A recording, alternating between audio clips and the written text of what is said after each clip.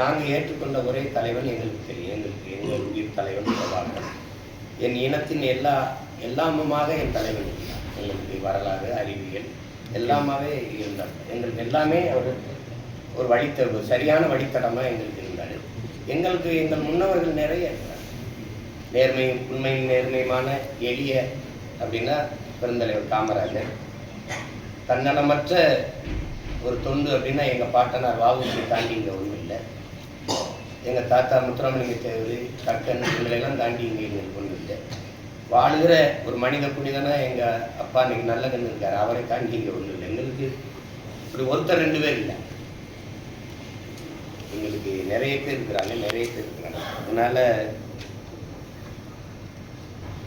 அது தம்பியுடைய விருப்பம், தம்பி அதை ஏற்றுக்கிறாரு. ஆனால் எந்த இடத்துல இப்போ எம்ஜிஆரை எதில் எடுத்துக்கிட்டேன், அம்மா ஜெயலலிதாவை எதில் எடுத்துக்கிட்டேன், இப்போ ஊழல் வழக்கில் குற்றஞ்சாட்டுப்பட்டு உள்ளே போனதை எடுத்துக்கிட்டேன் அப்படி இருக்குல்ல.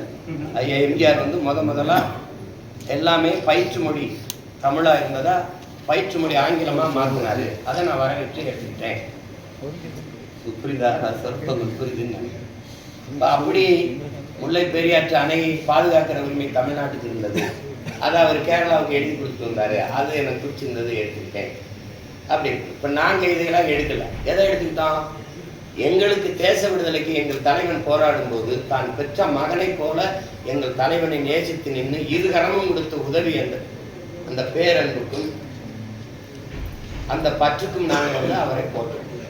நான் ஒரு காரணம் சொல்றேன்ல, அப்படி சொல்லணும், ஏதாவது சொல்லணும். அம்மையார் ஜெயலலிதா இந்தந்த முடிவுகள் எனக்கு சரியா இருக்குது, அதனால எடுத்துக்கிட்டேன் அப்படின்னு சொல்லணும். அது இல்லாம மட்டும் சொல்லக்கூடாது.